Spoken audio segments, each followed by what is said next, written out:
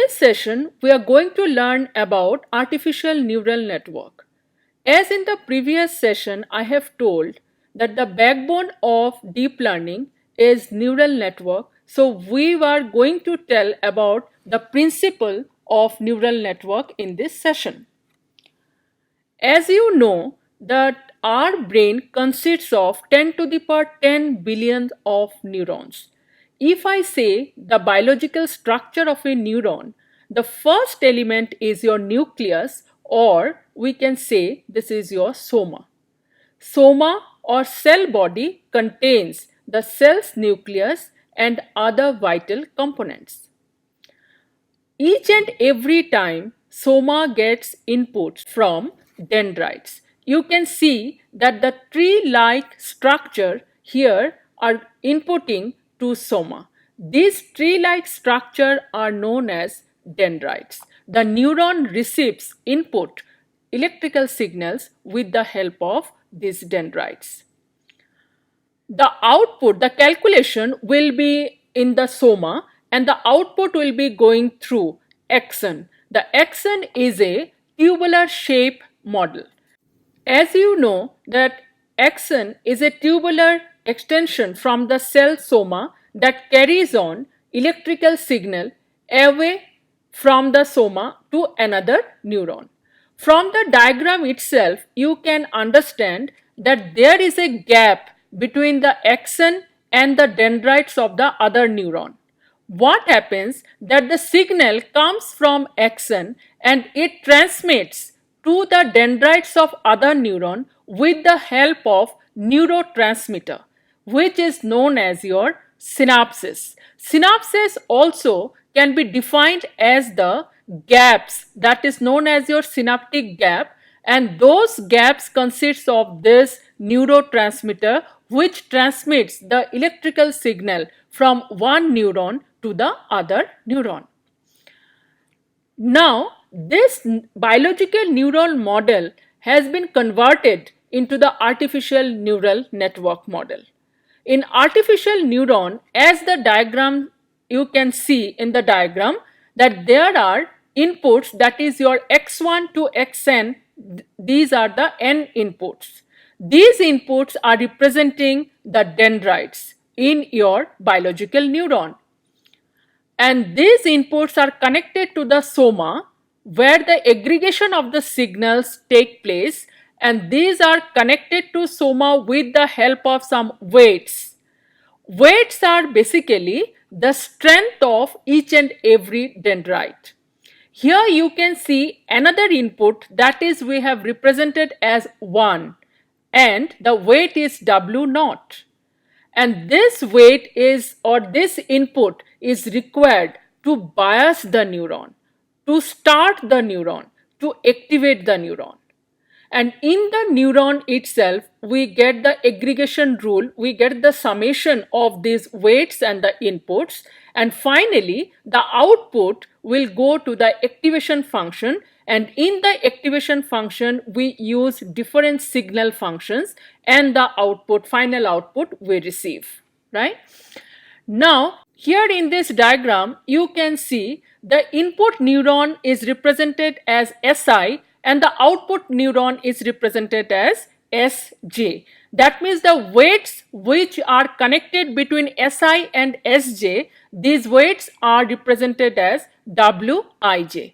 Now what will be the summation? That is actually Xj is equal to Wij into Si, because input neurons are Si and the weights are your Wij. Wij has been represented because the input is your I and the output is your J. That's why it is a representation style that we represent the weight as your Wij. Now here I have written that after the aggregation, what is the output we will get? Xj equal to summation of Wij into Si plus theta j. Theta j is the internal threshold of the neuron. Now this is the output from the soma or the aggregation or the nucleus. After that it will go to the activation function, that is known as your signal function. Here, in case of neural network, there are many signal functions which we use. First of all, we use the binary threshold function. Next, we use the linear threshold function. Then we can use the sigmoidal function, Gaussian function, probabilistic function. Mainly in case of artificial neural network, we use the sigmoidal function. But we will just see that what do you mean by the binary threshold function. Binary threshold function says the output will be 1 if your xj is greater than equals to 0. Xj is the summation from the nucleus, right? That is the result of the aggregation. That is xj equal to summation of wij into si plus theta j. If that value is greater than 0, then your output will be 1, and if xj is less than 0, then output will be 0. Now, this is also known as the two-state machine, and we can say that the output belongs to 0 and 1. This is the plot of binary threshold signal function. As you see that in the first graph, we have given that theta j equal to 0. So, from 0 onwards, it will be 1, and the values for less than 0, it will be 0. And in the second case, we have taken theta j equal to 3. That's why the graph has been changed, and the position, that is you're shifting from 0 to 1, it has become on, it has occurred on xj is equal to minus 3. Next is your threshold logic neuron model. In case of threshold logic neuron, we define the graph as that delta xjk plus 1. That means output at any point of time, it will be 1 if in that point of time the value of x is greater than 0. It will be 0 if the value of xj is less than 0. If xj equal to 0, then the output will be the equal to the output of the previous time. That is, in case of xj equal to 0, delta xjk plus 1 will be delta xjk. And this threshold logic neuron function can be represented as bipolar case, that is your delta xj is equal to plus 1 if it is greater than 0, and it will be minus 1 if it is less than 0. Here also we can say the two-state machine, but two-state machine is ranging from minus 1 to 1. Next comes linear threshold signal function. In case of linear threshold signal function, we represent the equation as delta xj is equal to 0 if xj less than equals to 0. It is 1 if it is greater than, xj is greater than equals to some value, that is your xm, and it will be alpha j xj if the value of xj lies between 0 to xm, right? In this diagram, you must be understanding that xm equal to 2. So from 0 to 2, it follows the linearity, that is your alpha j and xj, and after 2 it will have the value 1, and the less than 0 we will get the value 0. In the second case, we have taken the theta j equal to minus 1, that's why the graph has been shifted to 1, and from 1 to 3 it is giving the linearity function, and from 3 onwards it will have 1 because it is greater than equals to 3, and for less than 1 it will be 0. Now comes the sigmoidal signal function, which is basically used in case of neural network. Sigmoidal function says that the output equal to 1 by 1 plus e to the power minus lambda j into xj. Lambda j is your constant. It varies from 0 to you can say 2, 3, 1, anything, any values it can take, right? In the right hand side, you must be seeing that what is the effect of the value of lambda, how the graph is changing from one position to another position depending on the lambda j value. Lambda j is known as your gain scale factor, right? Whenever lambda j is tends to infinity, then we get the smooth logistic function approaches the non-smooth binary threshold function, right?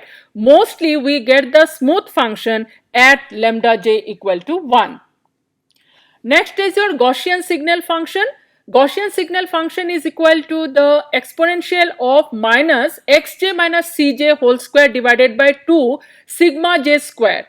right? Cj is your center and sigma j is your width of the lobe, right? Accordingly, you can find out in the graph that how Cj is varying and how sigma j is varying and how we are getting the varied graph of Gaussian signal function. So this is the summary of many signal functions. Some of them I have already told, and also you can use the probabilistic function, stochastic function. These are the many functions which you can use. In case of deep learning, we use the different function that is known as your ReLU function. ReLU is your rectified linear unit. ReLU says that fx equal to maximum of 0 and x, right? It takes a real valued number and thresholds it at 0. Now, I have given that why the deep networks use ReLU nowadays, right? It trains much faster, it takes the less expensive operations, and it is also more expressive, right? It trains much faster, that means it accelerates the convergence. Due to linearity function, non-saturating form trains the data much faster way. And when it is compared to the sigmoidal or the 10 hyperbolic function, it gives the less expensive operation. That's why we use the ReLU function in case of deep learning. Now, these are the main types of learning. One is your supervised, another is your unsupervised, and third one is your reinforcement learning.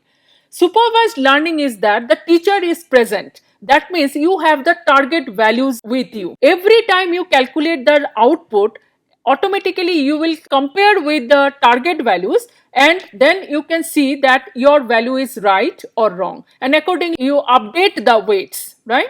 In unsupervised, you don't have the teacher along with you. You learn yourself. That is your unsupervised, right? No one will tell you that what is right and what is wrong. No target value will be present. Basically, in times of clustering, we use the unsupervised learning method.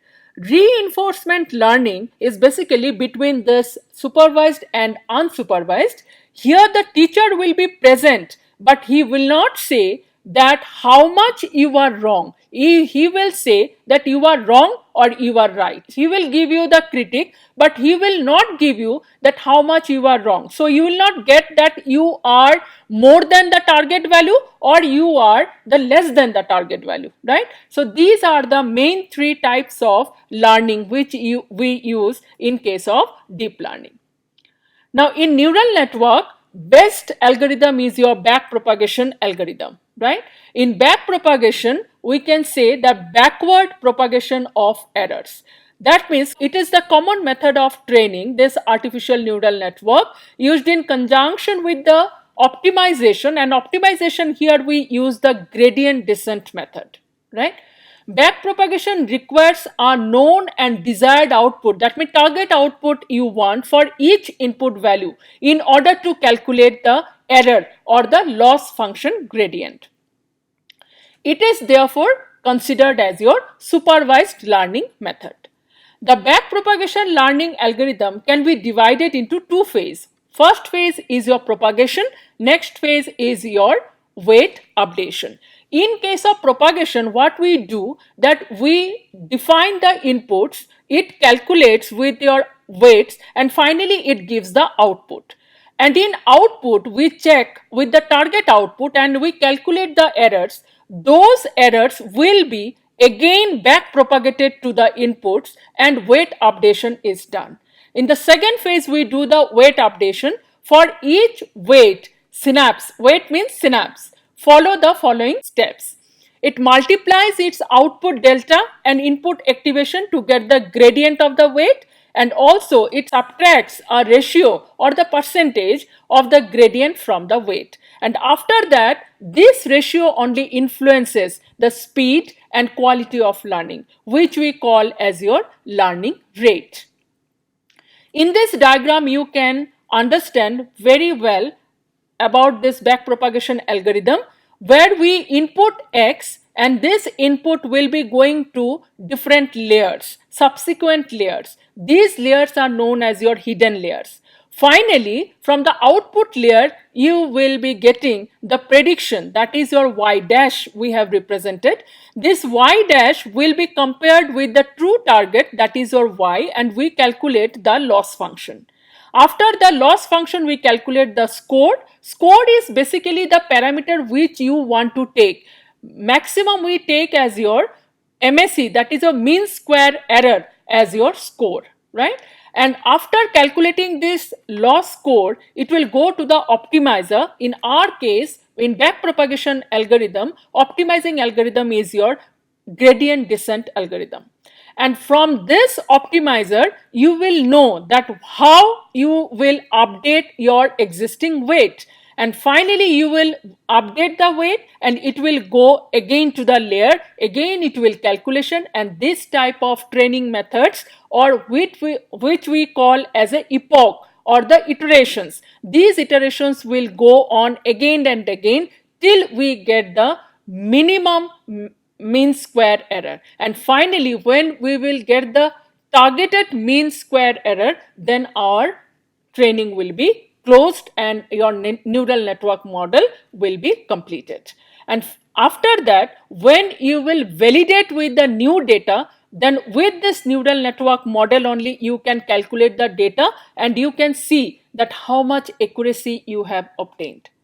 So this is the overview of the neural network, and in the next session we are going to tell about the various deep learning technologies such that restricted Boltzmann machine, deep belief network, autoencoder, and finally we will say about the deep convolution neural network. As CNN is the mostly used deep learning algorithm, so we will concentrate on deep convolution neural network only. Thank you so much.